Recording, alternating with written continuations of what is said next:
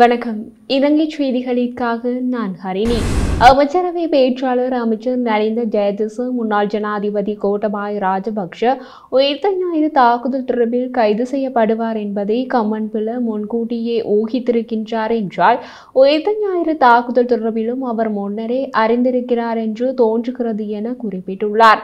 அவர் தொடர்ந்து கூறுகையில், கோட்டபாய ராஜபக்ஷ உயிர்த்த ஞாயிறு தாக்குதல் தொடர்பில் கைது செய்யப்படுவாரா என்பது எமக்கு தெரியாது.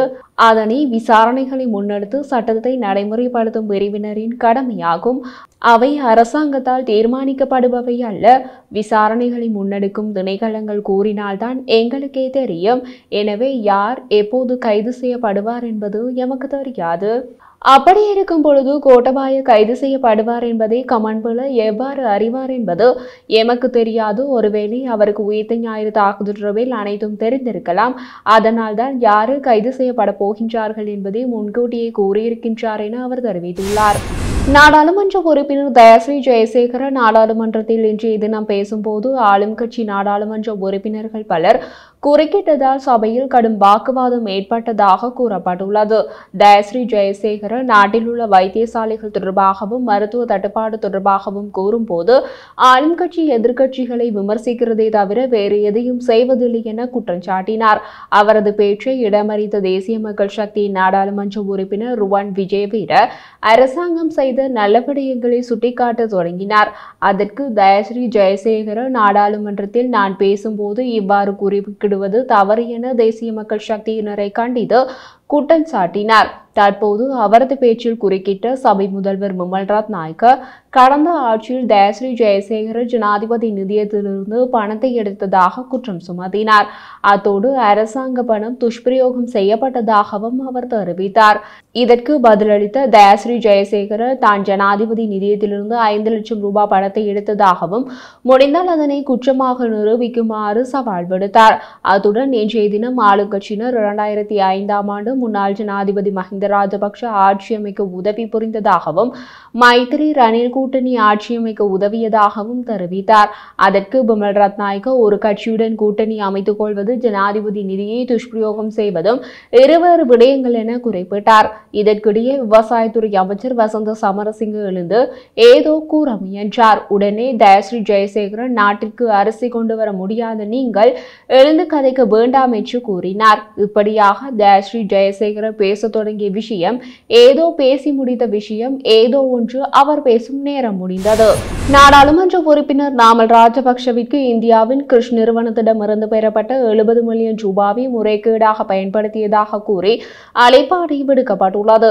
இந்த விவகாரத்துக்காக எதிர்வரும் 18ஆம் திகதி நீதிமன்றத்தில் முன்னிலையாகுமாறு நாமல் ராஜபக்ஷவிற்கு அறிவிக்கப்பட்டுள்ளது. நாமல் ராஜபக்ஷவால் முறைகேடாக பயன்படுத்தப்பட்டதாக கூறப்படும் 70 மில்லியன் ரூபாய் நிதி ரக்பி விளையாட்டை ஊக்குவிக்கும் பெயரில் பெறப்பட்டுள்ளதாக குற்றப்பத்திரிகையில் கூறப்பட்டுள்ளது.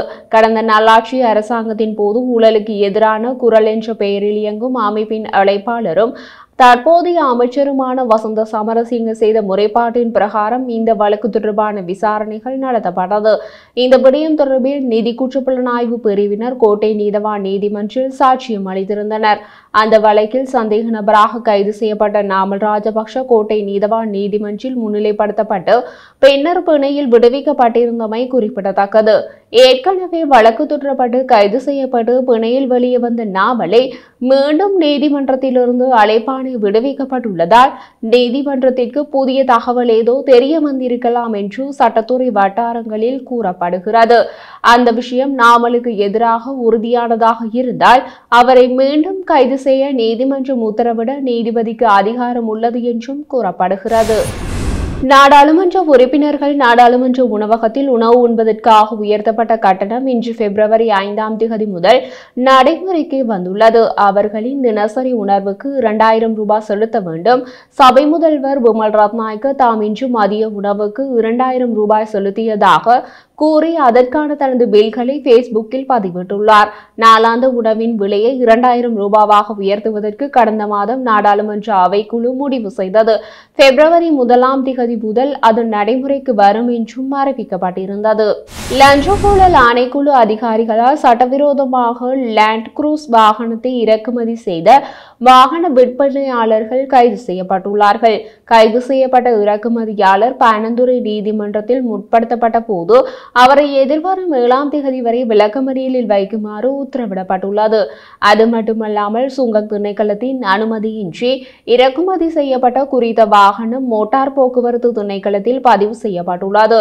அத்தோடு இவ்வாறு பதிவு செய்யப்பட்ட வாகனங்கள் தொடர்பில் லஞ்சம் மற்றும் ஊழல் குற்றச்சாட்டுகளை விசாரணை செய்யும் ஆணைக்குழு விசாரணை நடாத்த உள்ளதாக தெரிவிக்கப்பட்டுள்ளது. சுகாதார மற்றும் வெகுஜன ஊடக அமைச்சர் நலிந்த ஜெயதிச தற்போதைய அரசாங்கம் நாடாளுமன்ற உறுப்பினர்களுக்கு வாகனங்களை வழங்காது என தெரிவித்துள்ளார். அத்தோடு தேசிய மக்கள் சக்தி அரசாங்கம் நாடாளுமன்ற உறுப்பினர்களுக்கு வாகன அனுமதி பத்திரங்களை வழங்குவதில் என்றும் சுட்டிக்காட்டியுள்ளார். நாடாளுமன்ற உறுப்பினர்களுக்கு தங்கள் கடமைகளை செய்ய ஒரு வாகனத்தை வழங்க அரசாங்கம் திட்டமிட்டுள்ளதாகவும் 5 ஆண்டு பதவிக்காலம் முடிந்ததும் வாகனத்தை திருப்பித் தர வேண்டும் என்றும் முன்பு கூறப்பட்டிருந்தது. இப்போது அந்த திட்டத்திற்கு முன்னுரிமை கிடையாது என்று தெரிவிக்கப்பட்டுள்ளது. ஆடம்பரம் இல்லாத வாகனத்தை வழங்குவதற்காக குழுவை உருவாக்க இப்போது நேரமில்லை என்றும் நாட்டின் பொருளாதார நிலைமையை கருத்தில் கொண்டு நாடாளுமன்ற உறுப்பினர்களுக்கு வாகனங்களை இறக்குமதி செய்யும் எண்ணங்கள் தங்களுக்கு இல்லை என்றும் குறிப்பிட்டுள்ளார். ஆளும் கட்சி நாடாளுமன்ற உறுப்பினர்களுக்கு உதவுவதற்கான திட்டங்கள் இருந்தாலும் எதிர்க்கட்சி நாடாளுமன்ற உறுப்பினர்களைப் போலவே அவர்களும் தங்கள் சொந்த ஏற்பாடுகளை செய்ய வேண்டும் என்றும் எதிர்பார்ப்பதாகவும் அவர் சுட்டிக்காட்டியுள்ளார். அதனோடு பல்வேறு காரணங்களுக்காக அரசாங்கத்தால் தற்போது பொது அரசாங்க வாகனங்களை பராமரிக்க முடியவில்லை என்றும் குறிப்பிட்டுள்ளார். நெல்லுக்கான நிர்ணய விலை தொடர்பாக ஊடகங்களுக்கு கருத்து வெளியிட்டுள்ள நாடாளுமன்ற உறுப்பினர் நாமல் ராஜபக்ஷ தேசிய மக்கள் சக்தி எதிர்க்கட்சியாக இருந்தபோது நெல்லுக்கான குறைந்த விலையே 130 ரூபாயாக இருக்க வேண்டும் என தெரிவித்தார்கள். அதே கட்சியினர் இப்போது ஆட்சிக்கு வந்தவுடன் விவசாயிகளை மறந்துவிட்டார்கள் என்று குற்றம் சுமத்தியுள்ளார். அவர் தொடர்ந்து கூறும்போது நாட்டில் அரிசி தட்டுப்பாடு நீடித்து வரும் நிலையில் அரசாங்கம் நெல்லுக்கான நிர்ணய விலையை இன்று அறிவித்துள்ளது.